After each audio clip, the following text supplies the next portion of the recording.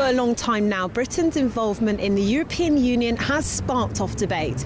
But controversy surrounding the issue has now intensified following a group of MPs' decision to take part in a vote. Approximately 100 members of Parliament will seek to amend the Queen's speech after the issue of an EU referendum was not mentioned in the bill. But some MPs believe the referendum should take place sooner rather than later. One party in particular is the UK Independence Party, or UKIP, who have recently enjoyed local election success.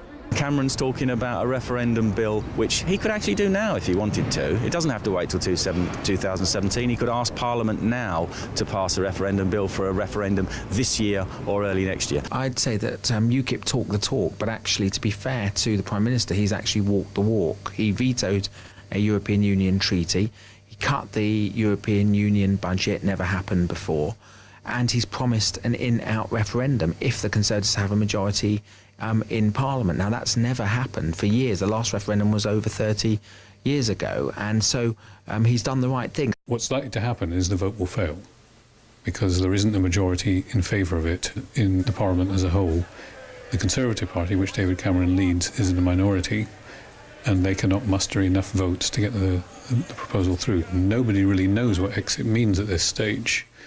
There have been those who've talked about Britain having a status similar to that of Norway, where it simply accepts all the European rules but has no say in shaping them.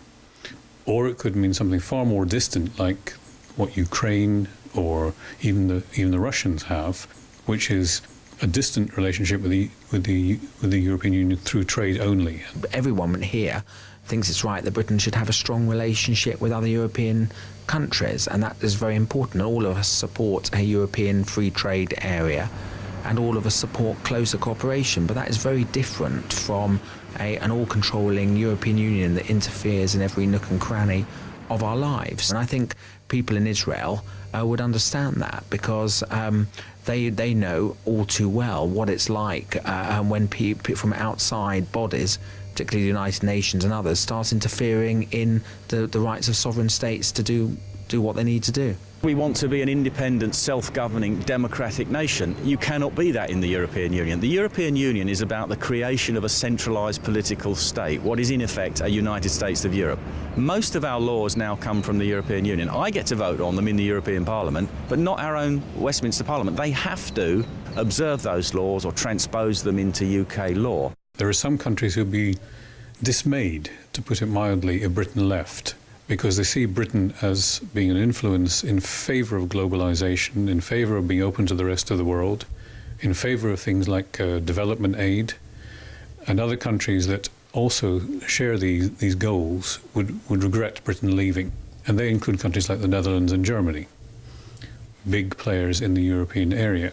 The general consensus is that Britain's future in the EU and the type of membership it will have is uncertain, as many believe that membership brings more challenges than benefits. Even politicians that oppose the referendum, like Nick Clegg, the leader of the Liberal Democrat Party, believe that it's a case of when and not if the referendum takes place. This is Celestina Olalode for JN1 in London.